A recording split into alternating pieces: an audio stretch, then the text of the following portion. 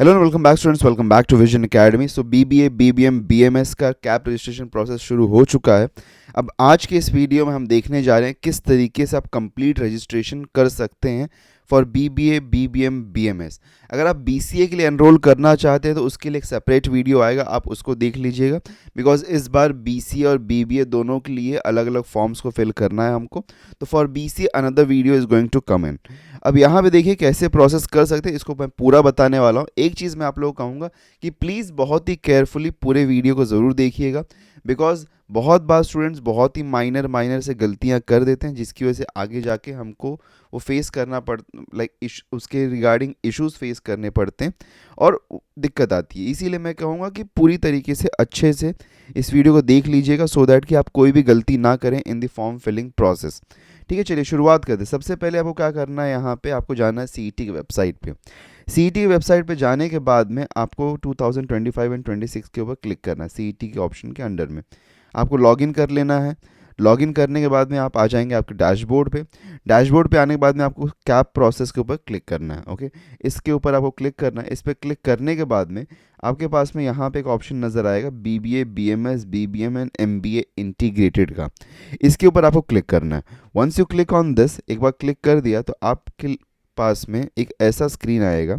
इसमें आपको एक ओटीपी पूछा जाएगा। आपके मोबाइल नंबर पर, रजिस्टर्ड मोबाइल नंबर पे एक ओटीपी आएगा। उस ओटीपी को आपको यहाँ पे एंटर कर देना है। उसके बाद में सबमिट पे क्लिक करना है। ठीक है, एक बार सबमिट पे आपने क्लिक कर दिया तो उसके बाद में you will have something like this kind of in screen. इस टाइप का आपके पास में एक स्क्रीन ओपन अप हो जाएगा। ठीक है, तो यहाँ पे ये स्क्रीन आने के बाद में आपको क्या करना है, यहाँ पे all you have to do is click on the select scrutiny पे। ओके, या फिर आप इस पे ही पेज पे आप यहाँ पे जब क्लिक करेंगे तो कुछ इस तरीके से यहाँ पे आपके पास में एक ऑप्शन रहेगा, या फिर रिफ्रेश भी करेंगे तो you can be able to see कि ये पूरा प्रोसेस है। आपको सेलेक्ट स्क्रूटिनी पे क्लिक करना है अगर आप यहाँ पे क्लिक करते हैं तो। Okay, so it will open up the entire process.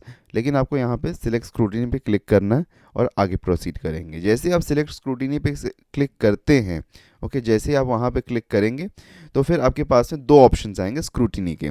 या तो आप ऑनलाइन स्क्रूटिनी के लिए जा सकते हैं। दैट मीन्स कि ऑनलाइन स्क्रूटिनी का मीनिंग है कि आप ऑनलाइन आपका जो भी पूरा फॉर्म वेरिफिकेशन एंड कंफर्मेशन है उसको आप ऑनलाइन करवाना चाहते हैं तो you can also go that way. या फिर आप फिजिकल वेरिफिकेशन के लिए भी जा सकते हैं। फिजिकल स्क्रूटिनी में भी आप जा सकते हैं। फिजिकल स्क्रूटिनी में आपको एक एफसी सेंटर को विजिट करना पड़ेगा एंड देन वो यहाँ पे आपका पूरा सब डॉक्यूमेंट्स वगैरह जो भी होगा उसको वेरीफाई करेंगे एंड देन आपको बताएंगे कि सही है कि नहीं है और कंफर्म कर देंगे। ठीक है, तो you can use either of the processes. जैसे आप चाहें तो ई स्क्रूटिनी भी सिलेक्ट कर सकते हैं।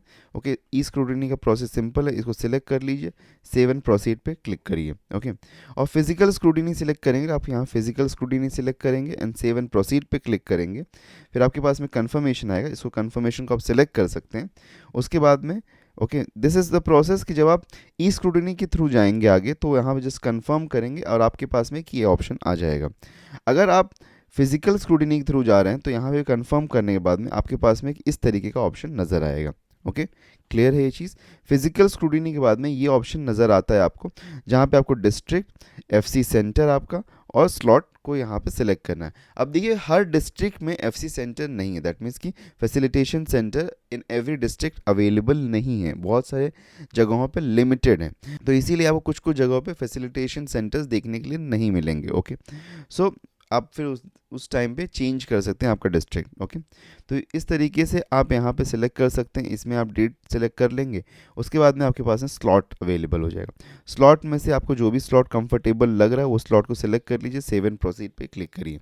अच्छा, एक चीज़ मैं यहाँ पे आपको थोड़ा सा रिकमेंडेशन दूंगा कि जब भी आप कोई भी स्लॉट सिलेक्ट कर रहे हैं, ओके, तो ट्राई करिए कि 2 बजे के पहले वाला स्लॉट सिलेक्ट करें। बिकॉज सो दैट कि you at least have some time. Because अगर इन केस थोड़ा भी वहाँ पे डिले होता है, थोड़ा भी कुछ इशू होता है, तो आपके पास में टाइम रहे उसी दिन ओके उसको कंप्लीट कर पाएँ। Okay, that is the reason मैं आपको हमेशा रिकमेंड करूँ अगर आप फिजिकली जा रहे हैं तो 2 बजे के पहले वाले स्लॉट्स को प्रेफर करिएगा। नेक्स्ट, वहाँ पे जब आप नेक्स्ट करेंगे तो वंस अगेन आप इस स्क्रीन पे आ जाएंगे। और अगर आप डायरेक्टली ई स्क्रूटिनी से आ रहे हो तो आप डायरेक्टली इस स्क्रीन पे ही आएंगे। ओके, तो आपको वहाँ पे स्लॉट सिलेक्शन का आएगा ही नहीं ऑप्शन।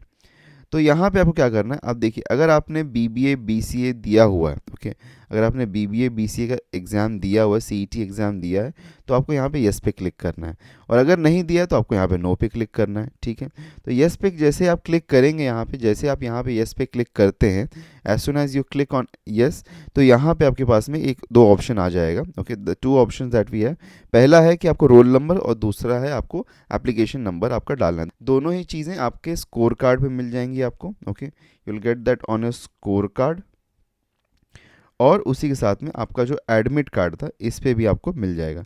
तो आइदर ऑफ दी वन को आप रेफ़र कर सकते हैं, वहाँ पे आपको दोनों ही चीज़ें मिल जाएंगी, अवेलेबल हो जाएंगी। Once you enter those things, okay, आपको यहाँ पे एंटर करना है। अच्छा, कौन सा वाला एंटर करना है? देखिए, बहुत सारे स्टूडेंट्स ने री सीईटी दिया है। ओके, तो आपने पहले सीईटी दिया होगा, ओके, उसके बाद में कुछ स्टूडेंट्स ने री सीईटी दिया है। तो देखिए, जिसमें भी आपका स्कोर हाईएस्ट है, जिसमें भी आपका स्कोर हाईएस्ट है, लाइक लेट्स सपोज सीईटी में आपको 78 मिला था, री सीईटी में 28 मिल गया, तो सीईटी का यहाँ पे जो सीईटी का आपका जो रोल नंबर और एप्लीकेशन नंबर है उसको एंटर करिएगा। इन केस समझ लीजिए कि पहले सीईटी में 78, दूसरे में 98 मिला, तो सेकेंड सीईटी का आप एंटर करिएगा। जिस भी सीईटी में आपको ज़्यादा मार्क्स मिले हैं, उस सीईटी का रोल नंबर और एप्लीकेशन नंबर आपको यहाँ पे एंटर करना है। Okay, I hope so I am being very clear about it कि क्या करना है आपको। ठीक है, इसमें गलती मत करिएगा प्लीज़, कोई भी गलती मत करिएगा। ओके, तो यहाँ पे आपका जो भी यहाँ पे डिटेल्स है उसको एंटर कर देंगे। एंटर करने के बाद में आप यहाँ पे व्यू डेटा पे क्लिक कर सकते हैं। अच्छा, नेक्स्ट एक और ऑप्शन आपके पास है CUET का। ये उन कैंडिडेट्स के लिए जो कि आउटसाइड महाराष्ट्र से अपीयर कर रहे होंगे। तो आउटसाइड महाराष्ट्र वाले जो भी स्टूडेंट्स हैं, अगर आपने CUET दिया है तो उसको यस सेलेक्ट करिएगा। देखिए, एक बात ध्यान दीजिएगा, CUET में अगर एक मार्क्स भी आया है ना, तो वो CET के मार्क्स से ज़्यादा कंसीडर किया जाता है। तो इसीलिए अगर आप आउटसाइड महाराष्ट्र कैंडिडेट हैं, तो CUET में भले ही कितना भी कम मार्क्स क्यों नहीं आया हो, आप डेफिनेटली उसको प्लीज़ प्लीज़ प्लीज़ सेलेक्ट करिएगा। ठीक है, प्लीज़ डू सेलेक्ट। तो यस, इसको आप कर सकते हैं। और अगर आपने CET नहीं दिया, और अगर आप एक आउटसाइड महाराष्ट्र कैंडिडेट है और आपने CET नहीं दिया है, तो फिर आप क्या करेंगे, आप इसको नो सेलेक्ट करेंगे। नो सेलेक्ट करने के बाद में आप इसको यस सेलेक्ट करेंगे। यस सेलेक्ट करेंगे तो आपके पास में ये ऑप्शन आपको नज़र आएगा यहाँ पे कि आपको कितना मार्क्स मिला है, वो एंटर करने का ऑप्शन आपको नज़र आ जाएगा। और अगर आपने CET दिया है तो आप CET को भी यस सेलेक्ट कर सकते हैं और CUET को भी यस सेलेक्ट कर सकते हैं। ओके, तो that is how you can proceed. इस तरीके से आप यहाँ पर प्रोसीड कर सकते हैं। अच्छा, इसके आगे आप व्यू डेटा पे क्लिक करेंगे। ओके, एक बार आपने यहाँ पे डिटेल्स को एंटर कर दिया, फिर उसके बाद में आप व्यू डेटा पे क्लिक करेंगे। व्यू डेटा पे क्लिक करने के बाद में आपका पूरा डेटा यहाँ पे आपको नज़र आएगा। आपका नाम नज़र आ जाएगा, आपका कैंडिडेट नेम वगैरह सब कुछ यहाँ पे आपको नज़र आ जाएगा। उसके बाद में आप चेक कर लीजिए आपका कैंडिडेचर जो आपका नाम है वो सही है कि नहीं है, गलत कुछ हो रहा हो तो फिर आप यहाँ पे चेक कर सकते हैं वापस से आपका रोल नंबर और एप्लीकेशन नंबर को। ठीक है, तो इतनी चीज़ें आपको कर लेनी है। उसके बाद में सेव एंड प्रोसीड पे क्लिक करना है और आगे बढ़ जाना। अब यहाँ पे देखिए, बहुत इंपॉर्टेंट सेक्शन पे हम आ चुके हैं। यहाँ पे क्या है कि यहाँ पे हमारा कैंडिडेचर टाइप हमको सेलेक्ट करना है। ठीक है, तो कैंडिडेचर टाइप क्या है हमारे पास में? टाइप ए क्या है कि आपका स्कूलिंग और आपका जो 12th स्टैंडर्ड है वो महाराष्ट्र से हुआ है। ओके, आपका स्कूलिंग और आपका जो 12th स्टैंडर्ड है HSC जो है वो यहाँ पे महाराष्ट्र से हुआ है। तो उस केस में आप टाइप ए कंसीडर करेंगे। और आपके पास में डोमिसाइल सर्टिफिकेट है। Okay, domicile certificate that means you are domiciled in Maharashtra. तो देखिए, इसके लिए अगर आपके पास में डोमिसाइल सर्टिफिकेट है या फिर आपका जो बर्थ सर्टिफिकेट है, बर्थ सर्टिफिकेट के ऊपर आपका बर्थ प्लेस इन महाराष्ट्र है कहीं ना कहीं, या फिर आपका जो LC है, okay, that is the leaving certificate. तो लिविंग सर्टिफिकेट पे भी आपका birth place in Maharashtra mentioned है। तो ये तीनों चीज़ों में से कोई भी एक अगर आपके पास में अवेलेबल है, एनीवन, कोई भी आपके पास में अवेलेबल है, इफ़ एनीवन इज़ अवेलेबल, तो आप उसको यूज़ कर सकते हैं to prove that you are a Maharashtra candidate. Okay, तीनों में से कोई भी एक चीज़ है, डोमिसाइल, बर्थ सर्टिफिकेट या फिर लिविंग सर्टिफिकेट। ओके, तो अब यहाँ पे अगर आपके पास में ये तीनों में से कुछ भी है और आपका 12th स्टैंडर्ड फ्रॉम महाराष्ट्र हुआ है तो आप इसको सेलेक्ट कर सकते हैं। इन केस आपका 12th स्टैंडर्ड फ्रॉम महाराष्ट्र नहीं हुआ है, okay, but you still possess a domicile certificate. Okay, आपके पास में फिर भी एक डोमिसाइल सर्टिफिकेट है। ओके, आपका जो स्कूलिंग है, कॉलेज का जो 12th स्टैंडर्ड है वो महाराष्ट्र से नहीं हुआ है, बट फिर भी डोमिसाइल सर्टिफिकेट आपका है या फिर आपके फादर का है या फिर आपके मदर का है, तो उस केस में आप यहाँ पे बी ऑप्शन के साथ में जाओगे। अच्छा, एक चीज़ और भी बता देता हूँ कि लेट्स सपोज आपका 12th स्टैंडर्ड महाराष्ट्र से हुआ है, ओके, 12th स्टैंडर्ड महाराष्ट्र से हुआ है, बट आपके पास में ये तीनों डॉक्यूमेंट में से कुछ भी नहीं है। You don't have domicile, you don't have birth certificate, you don't have LC. Okay, birth certificate का मीनिंग है कि लेट्स सपोज आपका बर्थ जो है आउटसाइड महाराष्ट्र हुआ है, तो उस केस में, लेकिन अगर आपके पास में खुद का डोमिसाइल सर्टिफिकेट नहीं है, लेकिन आपके फादर या मदर का डोमिसाइल सर्टिफिकेट है, तो आप क्या कर सकते हैं, आप टाइप बी को सिलेक्ट कर सकते हैं। किस केस में, जब आपका स्कूलिंग या फिर 12th स्टैंडर्ड महाराष्ट्र से हुआ है, बट आपके पास में आपका खुद का डोमिसाइल सर्टिफिकेट नहीं है, और बर्थ सर्टिफिकेट और एलसी आपका यूज़ नहीं इसलिए आ रहा है बिकॉज आपका बर्थ आउटसाइड महाराष्ट्र है, लेकिन आपके फादर या मदर का डोमिसाइल सर्टिफिकेट आपके पास में है, तो आप टाइप बी कैंडिडेचर को सिलेक्ट करेंगे उस केस में भी। Next, type C candidature. देखिए टाइप सी किसके लिए, कि गवर्नमेंट ऑफ इंडिया के एम्प्लॉय हैं आपके parents, okay, government of India, father और मदर गवर्नमेंट ऑफ इंडिया के एम्प्लॉय हैं एंड पोस्टेड हैं वो राइट नाउ इन महाराष्ट्र, तो उसके लिए आप टाइप सी सिलेक्ट करेंगे। टाइप डी कब आप सिलेक्ट करेंगे, कि आपके फादर और मदर जो हैं retired employ of the government of Maharashtra हैं या फिर अभी करंट एम्प्लॉय हैं, तो उसमें आप टाइप डी सिलेक्ट करेंगे। टाइप ई तब आप सिलेक्ट करेंगे जब आपका जो कैंडिडेचर है वो लाई करता है in between the disputed region of the Maharashtra and Karnataka border, तो महाराष्ट्र कर्नाटका बॉर्डर का जो डिस्प्यूटेड रीजन है वहाँ से अगर आप बिलोंग करते हैं तो उस केस में आप यहाँ पे टाइप ई सिलेक्ट करेंगे। यहाँ पे फिर उसके बाद में ओएमएस कैंडिडेट हमारा है, फिर उसके नीचे हमारा जम्मू कश्मीर कैंडिडेट है, वो सारे कैंडिडेट का ऑप्शन है, तो ओके ठीक है। तो यहाँ पे मोस्टली बहुत सारे स्टूडेंट्स इन दोनों में से कुछ ना कुछ सिलेक्ट करने वाले हैं, ओके, इन दोनों में से कुछ ना कुछ सिलेक्ट करेंगे, सो यू कैन इधर सिलेक्ट ए और बी। अगर आप ए ऑप्शन सिलेक्ट करते हैं तो आपके पास में कुछ इस तरीके के ऑप्शंस आपको नज़र आएंगे, जहाँ पे आपको पूछा जाएगा कि आपने आपका कॉलेज जो था वो कहाँ से कंप्लीट किया, तो आपको डिस्ट्रिक्ट सिलेक्ट कर लेना है, फिर ऑटोमेटिकली यहाँ पे आपका यूनिवर्सिटी आ जाएगा। उसके बाद में आपको सिलेक्ट करना है कि इसमें से कौन सा प्रूफ आपके पास में डोमिसाइल है, बर्थ सर्टिफिकेट है या फिर स्कूल लिविंग सर्टिफिकेट, कौन सा डॉक्यूमेंट आपके पास में वो आपको सिलेक्ट कर लेना है। इन केस अगर आप सिलेक्ट करते हैं type B candidature, okay, type B candidature अगर आप सिलेक्ट करते हैं और कंफर्म करेंगे तो यहाँ पे आपके पास में ऑप्शन आ जाएगा कि आपके पास में किसका डोमिसाइल है अवेलेबल, आपका खुद का है या फिर आपके फादर का है या फिर आपके मदर का है, ओके, वो आप सिलेक्ट कर सकते हैं। फिर वो कहाँ से इशू हुआ है वो आप यहाँ पे सिलेक्ट कर लेंगे, ओके, कहाँ से वो आपका डॉक्यूमेंट इशू हुआ है उसको आप सिलेक्ट कर लेंगे, और सिलेक्ट करने के बाद में आप प्रोसीड पे क्लिक करेंगे। आफ्टर मूविंग टू प्रोसीड, अब आपके पास में यहाँ पे, अब ये जो सेक्शन है ना ये थोड़ा कॉम्प्लेक्स वाला सेक्शन है, इसको बहुत ही ध्यान से फिल करना है।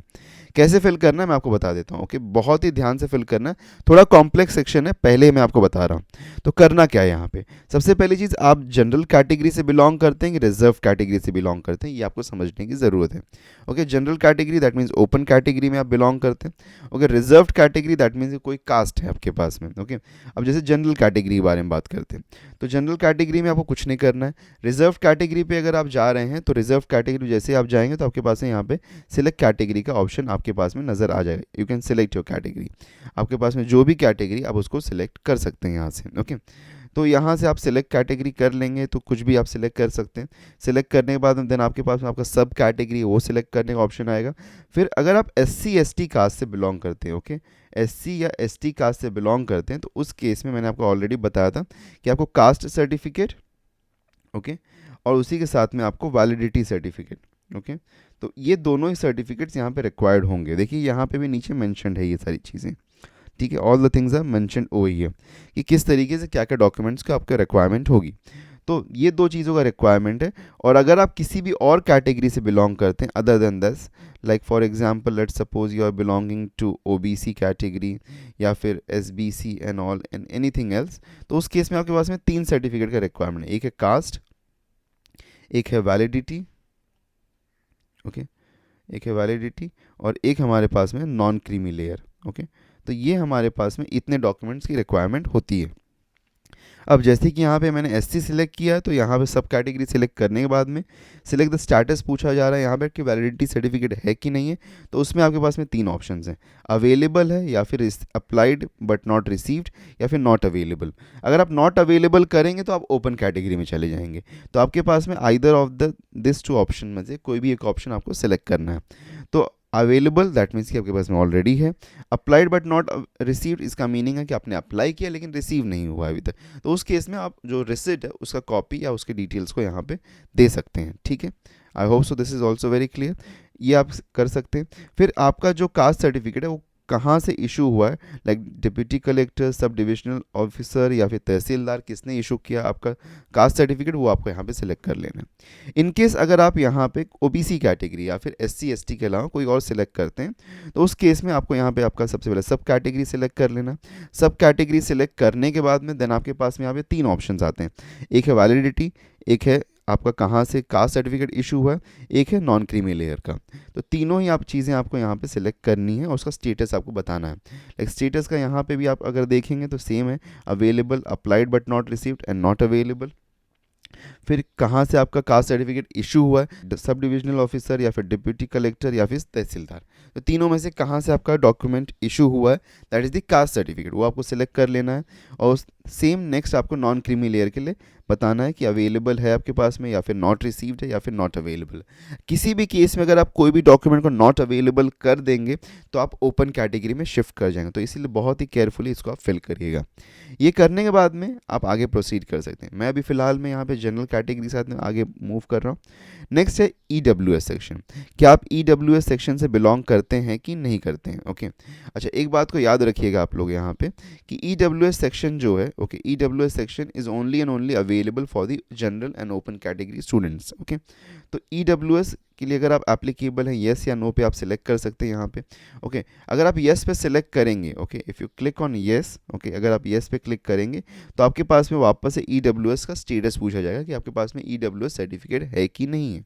ओके, सो जो कि आपको ऑलरेडी मैंने बताया था, performer 5 of the EWS certificate issued by the appropriate authority of government. Okay, तो कुछ लोगों का ये कंसर्न था कि सर ईडब्ल्यूएस सर्टिफिकेट हमको महाराष्ट्र गवर्नमेंट से नहीं मिल रहा था बट लाइक सेंट्रल गवर्नमेंट से मिला, तो क्या वो चलेगा? यस, वो यूज़ कर सकते हो आप, बिकॉज यहाँ पे अप्रोप्रिएट अथॉरिटी ऑफ गवर्नमेंट कहा गया है।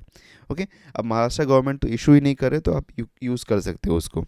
तो यहाँ पे अवेलेबल है या फिर अवेलेबल बट नॉट रिसीव्ड या फिर नॉट अवेलेबल।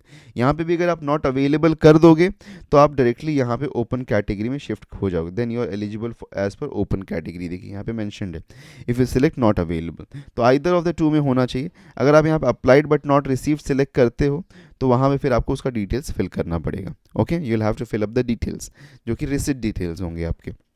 नेक्स्ट, देन आपका यहाँ पे फिजिकली चैलेंज कैटेगरी है, येस या नो पे आप सिलेक्ट कर सकते हैं if you are belonging to this category.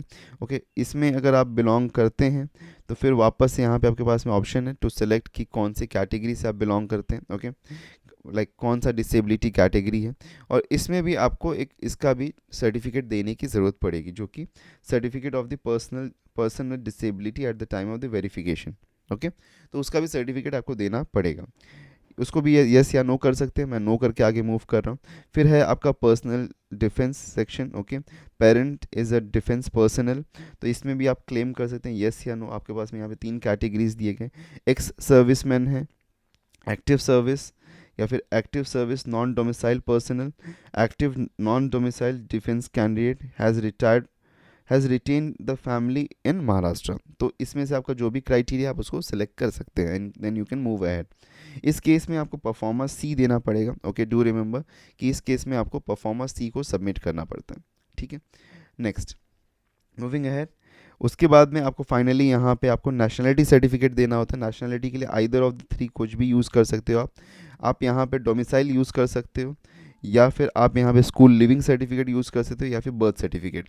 तो आइदर ऑफ द 3 आपके पास में होना चाहिए, इन तीनों में से कोई भी एक डॉक्यूमेंट यहाँ पे आपके लिए चल जाएगा। ओके, दैट इज़ कि नेशनलिटी के लिए आप यहाँ पे क्या यूज़ कर सकते हो, you can use the nationality certificate issued.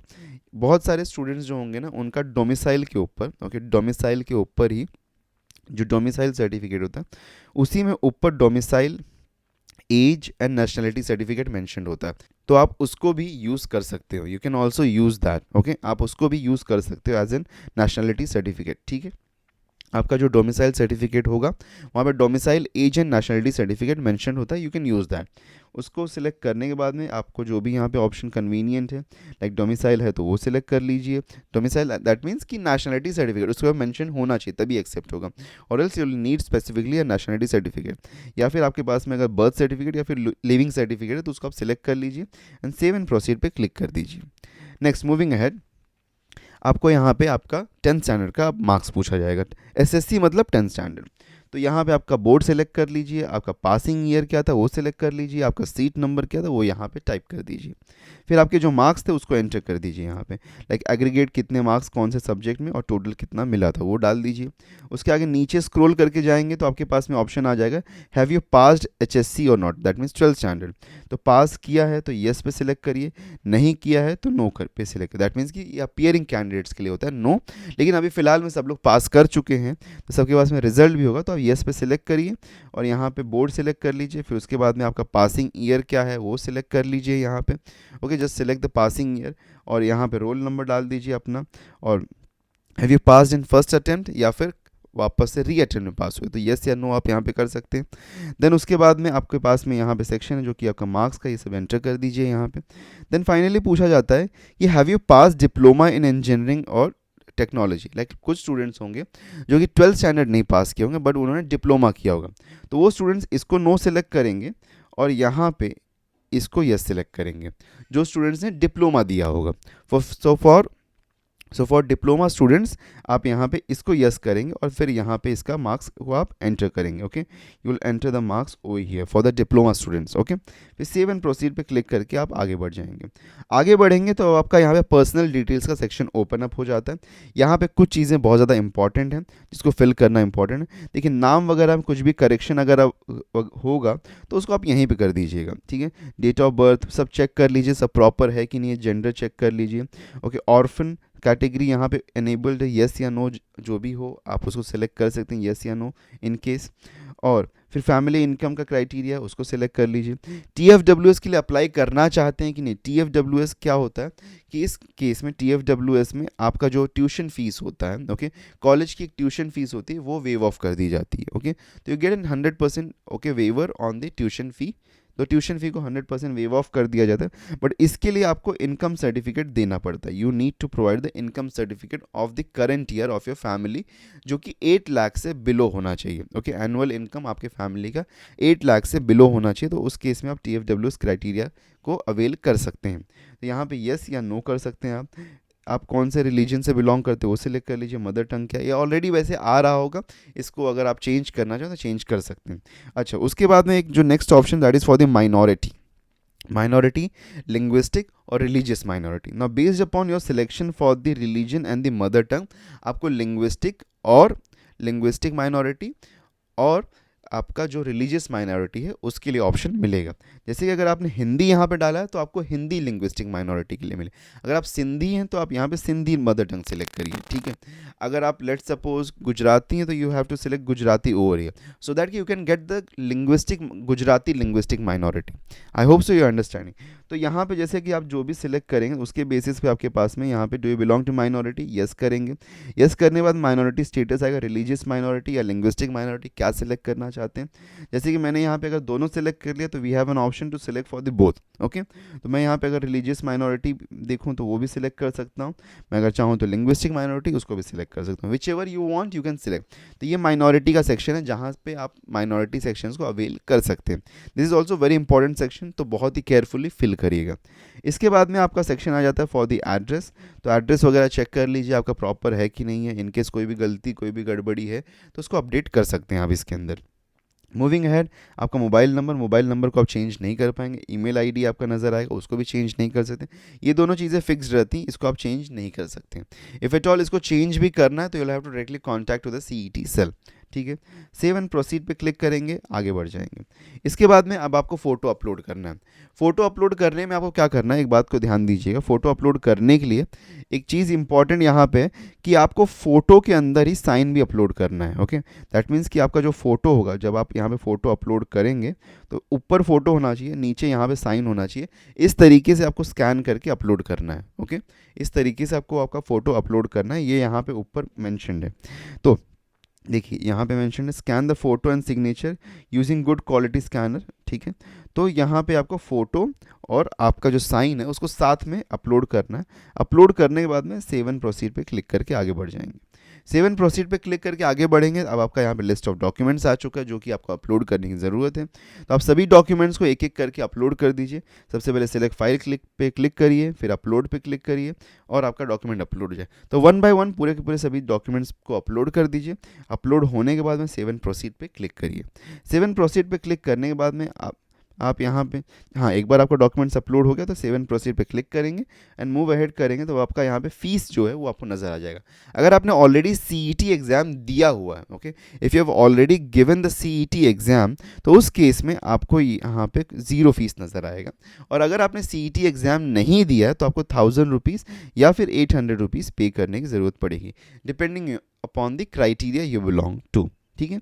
तो क्योंकि यहाँ पे 0 है तो ऑटोमेटिकली ये स्क्रीन आगे शिफ्ट हो जाएगा। आपको कुछ करने की ज़रूरत नहीं पड़ेगी, automatically this screen will shift ahead और आपके पास में आपका फाइनल ये आपका कॉपी जनरेट हो जाएगा ऑफ द एप्लीकेशन, जो कि आगे जाके अभी ई स्क्रूटिनी, जैसे मैंने यहाँ पे ई सिलेक्ट किया है तो ई स्क्रूटिनी सेंटर से ये वेरीफाई होगा। ओके, इफ़ एट ऑल इसके अंदर कोई भी इश्यूज़ होंगे, कोई भी चीज़ों का प्रॉब्लम होगा तो वो आपको कांटेक्ट करेंगे वापस। Okay, they will contact you मतलब कि आपको आपका जो डैशबोर्ड है वहीं पे एक नोटिफिकेशन आपको नज़र आ जाएगा। ओके, आपके डैशबोर्ड पे एक नोटिफिकेशन नज़र आ जाए कि there is some discrepancy into your, okay, यहीं पे आपको उसी चीज़ नज़र आ जाएगी कि कुछ इशू यहाँ पे मिला है।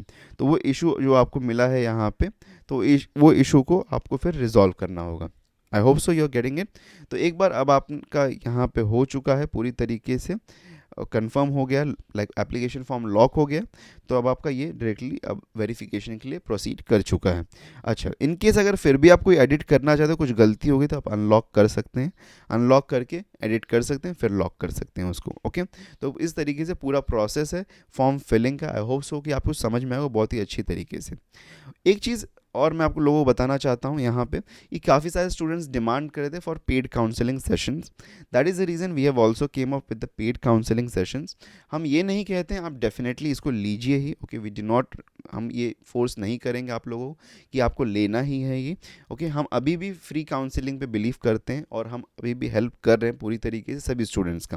But if at all you have a concern and you want to have a paid counselling session with us, और ये कंटिन्यू होगा until the 4th round, okay, 4th cap round तक, या फिर जब तक आपका एडमिशन नहीं हो जाता तब तक ये कंटिन्यूड रहेगा। अगर आपका फर्स्ट कैप राउंड में एडमिशन कंप्लीट हो गया देन वहाँ पे ये काउंसलिंग सेशन खत्म हो जाएगा, या फिर अगर आपका 4th राउंड तक भी अगर नहीं हुआ तो will be continuing the counselling until the 4th cap round. ठीक है, discounted price is 3499। Okay, so you can avail this by visiting the website learn.visioneducate.com. okay, once again I'll say it's not mandatory and we are there to help you for free as well. okay, so हम उसके लिए भी help करने के लिए ready हैं, but if at all you need it you can visit the website and you can avail this and we'll get in contact with you. okay, so that's the complete process कि किस तरीके से आप यहाँ पे BBA BCA का BBA BBM and BMS के लिए रजिस्टर कर सकते हैं। BCA के लिए एक अलग वीडियो आएगा जो कि आप बाद में देख सकते हैं। और भी ऐसे अपडेट्स के लिए डोंट फॉरगेट टू सब्सक्राइबर्स, साथ में व्हाट्सएप और टेलीग्राम को ज्वाइन करके रख लीजिए because more such updates are coming up right for you. Okay, so don't forget to subscribe us and follow us on these channels and meet you in the next video. Till then, take care and goodbye.